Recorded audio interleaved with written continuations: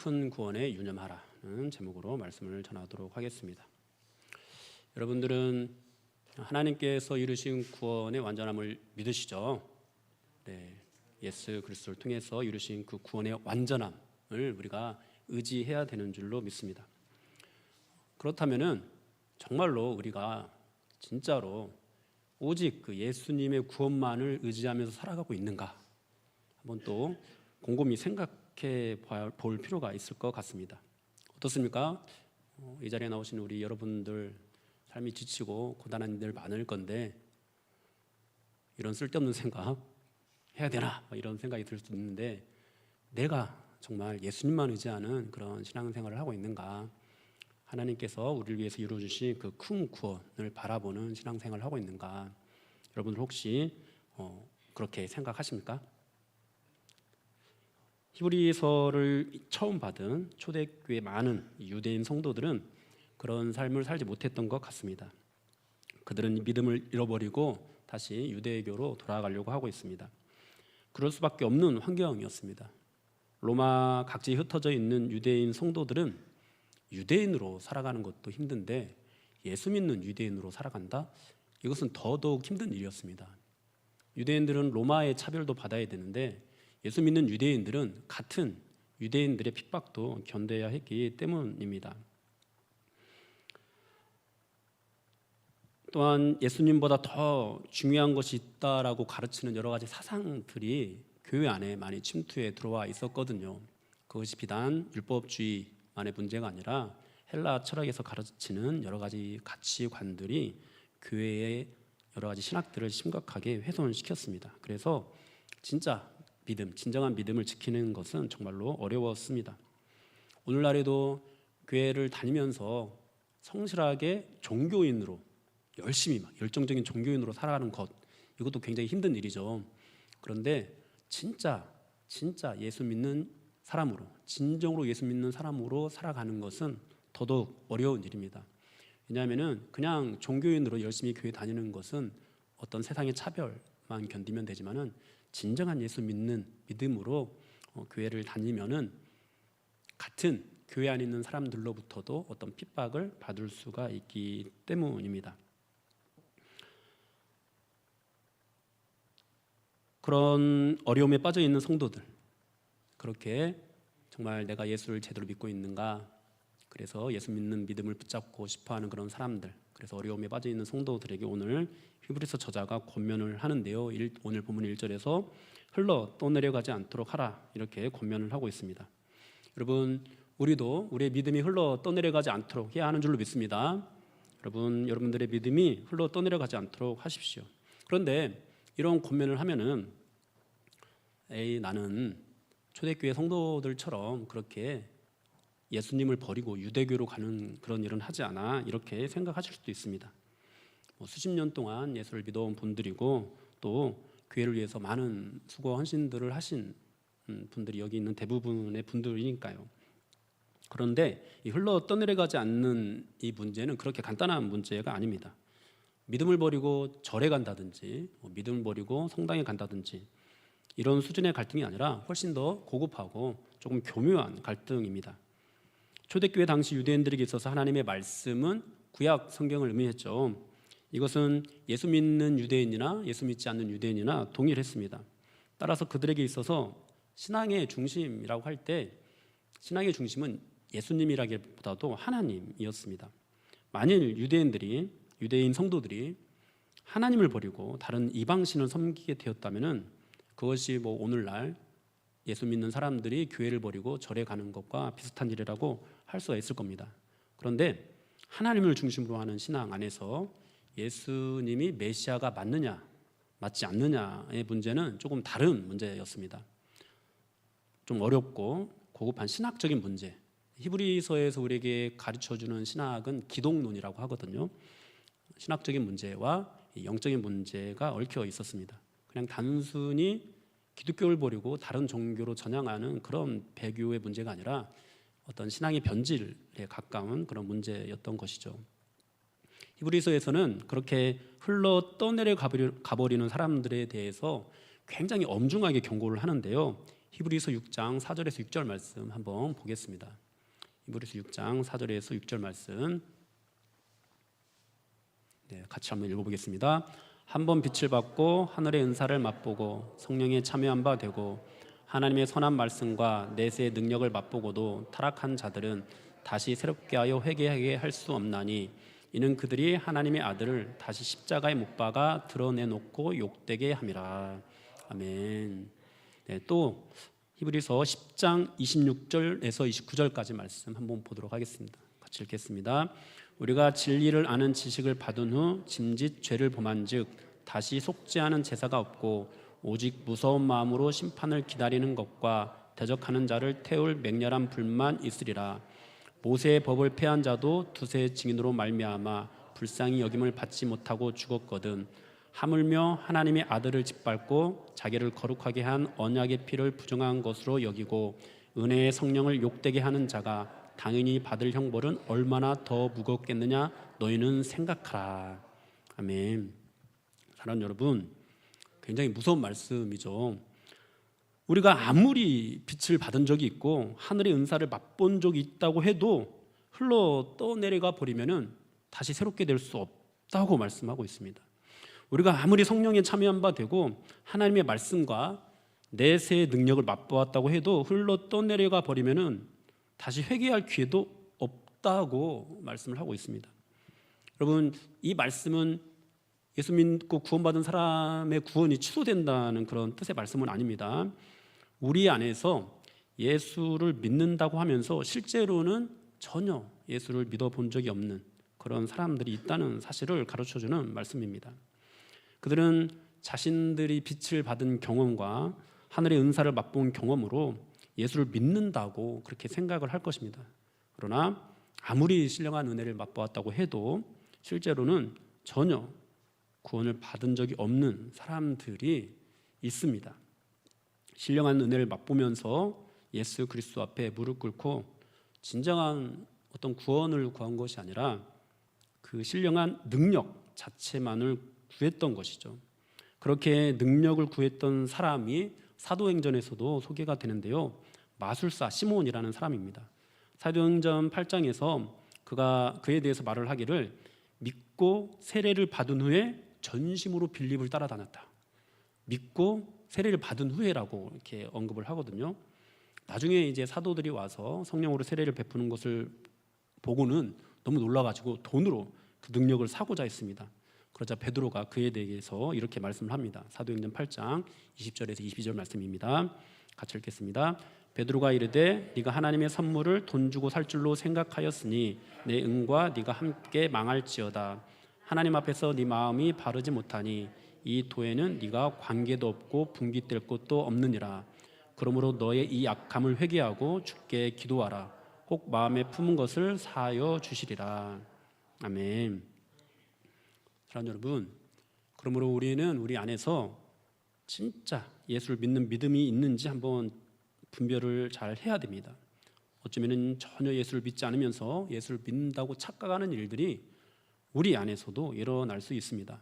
우리는 이 잘못된 믿음을 대적해야 합니다. 그렇지 않으면 흘러 떠내려가 버리고 말 것입니다. 이렇게 흘러 떠내려가 버리는 사람들은 두 번 다시 회개할 기회도 얻지 못하게 됩니다. 이 말씀은 예수를 이제 막 믿기 시작한 사람들에게 주는 말씀은 아닌 것 같아요. 신령한 은혜를 맛본 사람들, 말씀의 은혜를 맛본 사람들, 그러니까 교회를 제법 다닌 사람들, 제법 열심히 했던 사람들, 소위 은혜 받았다라고 생각하는 그런 사람들에게 주시는 말씀입니다. 그래서 이 말씀은 믿음이 연약한 사람들에게나 주는 말씀이지, 나는 예수를 저버리지 않아 이렇게 생각할 것이 아니라 정말 열심히 하고 있는, 여기 있는 분들 다 열심히 하시잖아요. 저를 포함해서 우리 모두가 이 말씀을 붙잡고 각자 자신을 점검해 봐야 합니다. 우리가 이것을 알지 못하면은 정말로 다시 회개할 수 있는 그런 기회조차도 얻지 못할 수 있다라는 그런 경각심을 가지고 우리가 이 말씀을 들어야 되겠습니다. 우리가 이 흘러 떠내려가는 이 문제가 얼마나 중요한지를 정말로 잘 이해하면서 들어야 되겠는데요. 그렇다면 흘러 떠내려가지 않으려면 어떻게 해야 될까? 오늘 본문에서 들은 것에 더욱 유념함으로 이렇게 말씀을 하고 있습니다. 우리 1절 말씀 다시 한번 더 읽어보겠습니다. 오늘 본문 1절입니다. 그러므로 우리는 들은 것에 더욱 유념함으로 우리가 흘러 떠내려가지 않도록 함이 마땅하니라. 아멘. 믿음을 잃어버리지 않으려면 들은 것에 더욱 유념해야 됩니다. 들은 것이 무엇일까요? 그것은 이제 3절의 표현대로 하자면 큰 구원입니다. 또 처음에 주로 말씀하신 바요 들은 자들이 우리에게 확증한 바입니다. 이것은 곧 복음이라고 할 수 있겠죠. 히브리서 1장에서도 1장 1절 2절에서도 옛적의 선지자들을 통하여 여러 부분과 여러 모양으로 우리 조상들에게 말씀하신 하나님이 이 모든 날 마지막에는 아들을 통하여 우리에게 말씀하셨으니 라고 말씀하는데 이것과 연결되었다고 볼 수가 있겠습니다. 즉 선지자들을 통해서 말씀했고 예수 그리스도를 통해서 최종 결론을 내리신 말씀, 복음, 이것이 지금 오늘 본문에서 얘기하고 있는 들은 것이 되겠습니다. 초대교회 성도들에게 있어서는 성경이 오직 구약 성경이라고 했죠. 그런데 히브리서 저자는 구약 성경이 아니라 예수님께서 전하신 복음, 그러니까 이 신약 성경을 유념하라고 말씀을 하고 있는 겁니다. 구약의 여러 선지자들이 아니라 신약의 예수 그리스도를 더욱 붙잡으라고 그렇게 말씀을 하고 있는 겁니다. 구약의 선지자들을 통한 모든 경험과 이 말씀들도 오직 예수 그리스도 안에서 적용되고 해석되어져야 한다는 거죠. 오직 예수님만을 최고의 가치로 여기는 방향으로 나아가야 한다는 거죠. 그래야 믿음이 흔들리지 않을 수 있다. 그래야 흘러 떠내려가지 않을 수 있다. 이렇게 말씀을 하고 있는 것입니다. 만일 그리스도를 주로 고백하는 것보다도 다른 선지자들을 최고의 가치로 여긴다면 그것이 이제 신앙이 변질된 것이라고 할 수 있겠습니다. 그러므로 사랑하는 여러분, 우리도 이 들은 것, 다른 것도 참 중요한 말씀이지만 이 들은 것, 예수 그리스도 복음에 더욱 유념을 해야 되겠습니다. 예수님을 통해서 이루어진 그 큰 구원을 붙잡아야 되겠습니다. 날마다 그것으로 다시 돌아가고 다시 생각하고 다시 묵상하고 다시 되새기고 다시 암송하고 그렇게 우리가 해야 되겠습니다. 그래야 흘러 떠내려가지 않을 수 있습니다. 다음 2절부터 3절 말씀은 이 흘러 떠내려가는 사람들에 대한 경고의 말씀인데요. 우리 이 3절 말씀 한번 읽어보겠습니다. 이 3절 말씀, 천사들을 통하여 하신 말씀이 경고하게 되어 모든 범죄함과 순종하지 아니함이 공정한 보응을 받았거든 우리가 이같이 큰 구원을 등한히 여기면 어찌 그 보응을 피하리요. 이 구원은 처음에 주로 말씀하신 바요 들은 자들이 우리에게 확증한 바니. 천사들을 통해서 하신 말씀에 대하여 범죄하고 순종하지 아니한 것이 보응을 받았다, 이렇게 말씀을 합니다. 그러니까 구약의 선지자를 통해서 하신 말씀, 이것에 불순종한 것들이 다 보응을 받았다라고 말씀을 하는 거죠. 우리가 아는 구약 성경에서 보응을 받은 그런 내용들이 무엇이죠? 아담과 하와가 하나님의 말씀에 불순종해서 영원한 생명을 잃어버리는 그런 보응을 받았습니다. 또 바벨탑에서 인간들이 언어가 혼잡해서 터져버리는 그런 보응을 받기도 했습니다. 홍수의 심판을 받는 그런 보응을 받기도 했습니다.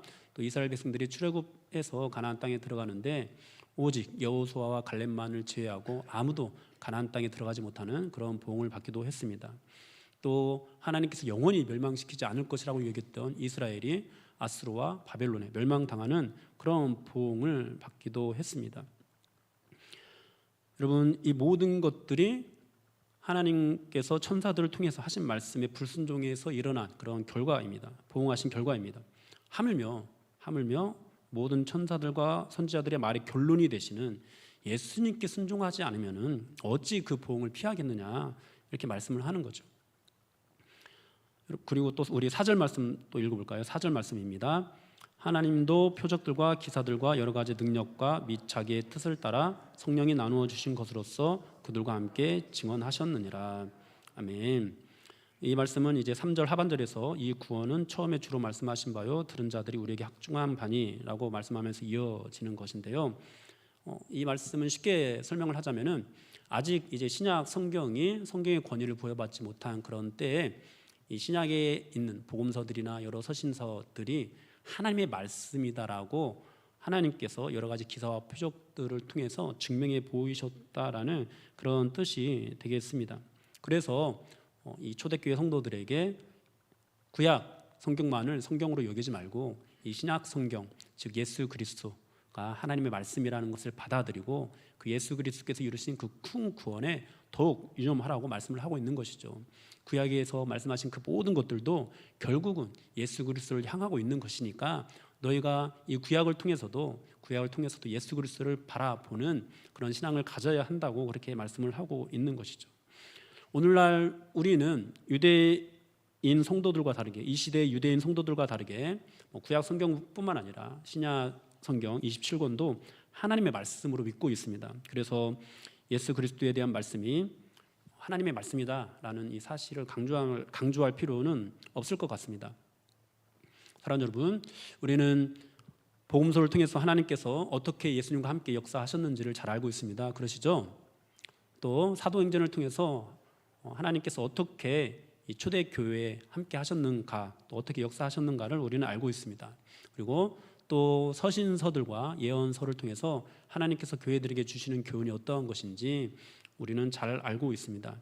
이 말씀들은 단지 사도들의 말이 아니라 하나님께서 우리에게 주신 하나님의 말씀임을 우리는 믿고 있습니다. 이 말씀을 통해서 하나님께서 우리에게 주시고자 하는 핵심, 여러 번 강조해도 지나치지 않은 것, 바로 큰 구원이죠. 바로 예수 그리스도죠. 구약의 말씀도 결국 하나님의 이 큰 구원을 향하고 있고 신약의 말씀들은 이 큰 구원으로 결론을 내고 있습니다. 그러므로 우리가 신앙이 변질되지 않으려면은 이 예수 그리스도 큰 구원을 붙잡아야 한다는 것이죠. 그래야 떠내려가지 않을 수 있다라는 그런 말씀을 하고 있는 것입니다. 사랑하는 여러분, 우리는 이 말씀을 어떻게 적용해야 될까요? 앞에서 히브리서 저자가 경고의 말씀을 주면서 영원히 용서받지 못할 죄에 대해서 언급하는 구절을 우리가 보았는데요.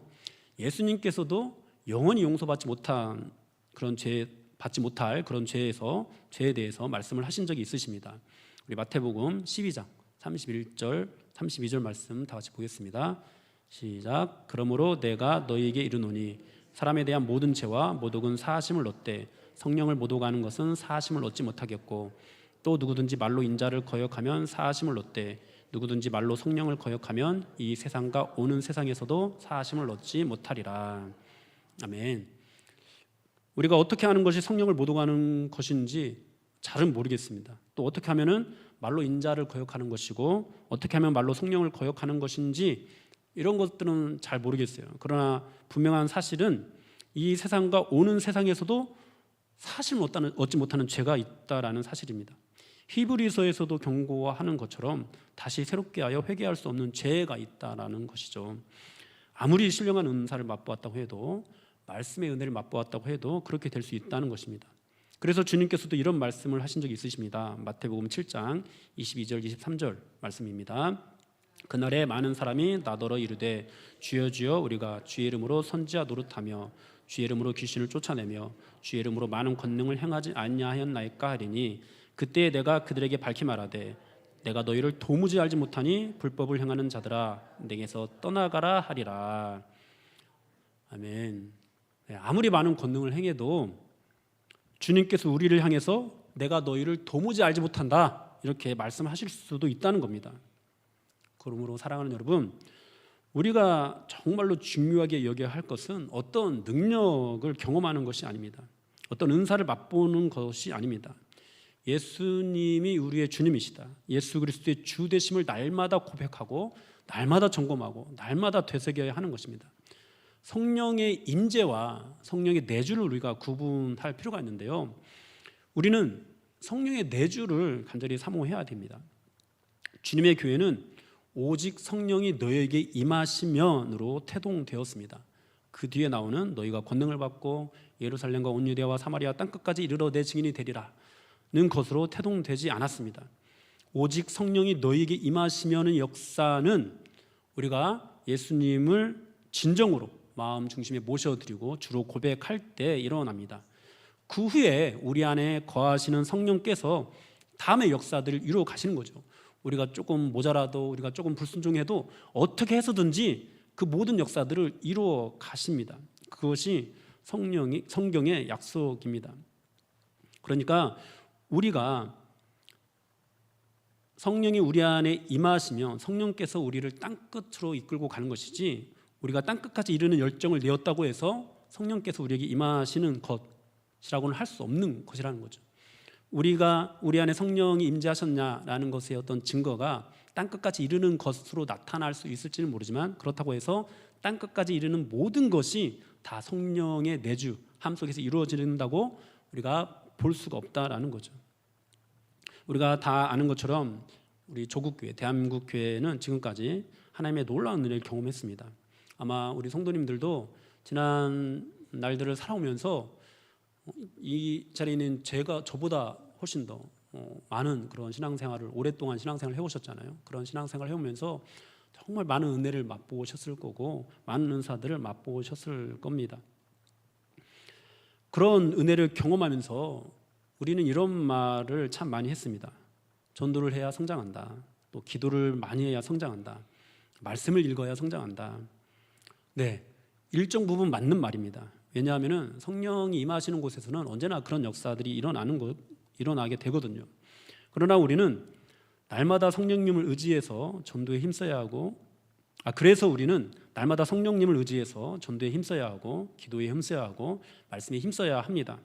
그런데 조심해야 될 것이 있어요. 뭐냐면은 이런 것들을 해야 진짜 주님의 교회가 된다라는 생각은 조금 조심해야 됩니다. 여러분 잘 들으셔야 되는데요. 기도를 한번 예로 들어볼까요? 우리는 하나님께서 기도하기를 원하십니다 라고 하면서 열심히 기도합시다 이렇게 말을 해야 됩니다. 그런데 기도를 해야 역사가 일어나니까 열심히 기도합시다 라고 말하는 것은 조금 조심해야 합니다. 교회는 기도 열심히 한다고 교회 되는 것은 아니거든요. 교회는 오직 성령이 임하셔야 진정한 교회가 되는 것이거든요. 성령의 내주가 있어야만이 진정한 교회가 되는 것이거든요. 성령의 내주가 어떻게 이루어진다고요? 예수를 주로 고백할 때 이루어집니다. 성령께서 임하시면, 성령께서 내주하시면 이 성령께서 역사하셔서 다른 모든 일들을 다 이루어 가십니다.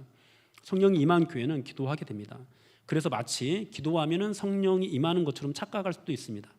성령이 임하는 곳에 기도의 역사가 일어나니까요. 그래서 우리 성령의 역사를 위해서 기도합시다 라고 말은 할 수 있어요. 그 말이 틀렸다는 말은 아닙니다. 그런데 우리의 생각으로 우리 안에 정리를 하고 있어야 됩니다. 기도에서 성령의 역사가 일어나는 것이 아니라 이미 성령의 역사가 있기 때문에, 성령의 은혜가 임했기 때문에 우리가 기도를 하는 겁니다. 그러므로 사랑하는 여러분, 이 성령님이 임하는 것이 정말로 중요합니다. 그러면 교회가 권능을 받습니다. 그 다음 순서가 예루살렘이고 온 유대고 사마리아고 땅끝입니다. 우리는 성령의 임재를 구하면서 성령께서 예루살렘을 돌볼 때 예루살렘을 돌보는 그런 일을 해야 됩니다. 여러분, 유대를 돌볼 때 유대를 돌보는 일을 해야 됩니다. 사마리아를 돌볼 때 또 사마리아를 돌보는 일을 해야 되고, 땅끝을 돌볼 때 땅끝을 돌보는 일을 해야 됩니다. 그리고 또 사도 바울을 통해서 이 땅끝에 이 선교지에서 예물을 모아다가 예루살렘 교회를 돕는 일을 또 했잖아요. 그래서 성령의 인도하심을 따라서 오직 예수 그리스도의 주 되심을 고백하면서 땅끝에 있는 어떤 물질들을 모아서 또 예루살렘 교회를 돕는 일도 해야 합니다. 땅끝으로 가는 것만이 성령의 역사는 아니었어요. 우리는 이 모든 것들을 보면서 오직 예수 그리스도의 주 되심을 바라보고 인정하고 고백하면서 성령께서 일하심을 따라서 순종하면서 나아가야 합니다. 이것을 조금 다른 관점으로 또 설명을 해보자면은, 우리가 기도하면서 큰 은혜를 받을 수 있죠. 내가 기도하다가 은혜를 크게 받았다고 해서 항상 기도만 한다거나 기도가 최고인 것이냐 그렇게 강조해서는 안 됩니다. 우리에게 유일한 최고는 예수 그리스도를 주로 고백하는 것이 되어야 돼요. 예수 그리스도의 주되심 안에서 성령의 인도하심을 따라 어떤 때는 기도를 해야 합니다. 그런데 어떤 때는 기도를 잠시 멈추고 전도를 하러 나가야 할 수도 있습니다. 어떤 때는 전도를 멈추고 또 말씀에 집중해야 하는 때도 있습니다. 과거 교회의 영광을 떠올리면서 그때는 기도가 뜨거웠었지, 그때는 전도가 뜨거웠었지, 이런 생각을 앞세우면 안 된다는 거예요. 오직 예수 그리스도의 주되심만을 앞세워야 한다는 것입니다. 사랑하는 여러분, 교회는요, 교회의 사명은요, 시대마다 달라요. 또 사람마다 다릅니다. 어떤 때는 이 산지를 내게 주소서라고 고백하면서 막 담대하게 나아가야 합니다. 긍정적인 메시지를 선포해야 됩니다. 이것이 하나님의 뜻인 그런 시대가 있습니다. 그런데 여러분, 어떤 때는요, 바벨론에 항복해라, 하나님이 이스라엘을 버렸다라는 이 부정적인 말씀이 하나님의 뜻이 되는 그런 시대도 있습니다. 긍정적인 말이 마치 절대 진리인 양 그렇게 주장해서는 안 된다는 거죠. 그래서 우리는 이 산지를 내게 주소서라는 말로 하나가 될 수 없어요. 바벨론에 항복하라라는 말로도 하나가 될 수 없습니다. 다만 이런 말들은 각각의 교회에게, 각각의 사람에게 또는 어떤 시대에 따라서 사명이 될 수는 있습니다. 그리고 이 모든 각각의 교회와 각각의 사명을 받은 사람들이 오직 무엇을 통해서 하나가 되어 예수 그리스도의 주되심의 고백을 통해서만 하나가 되는 거예요.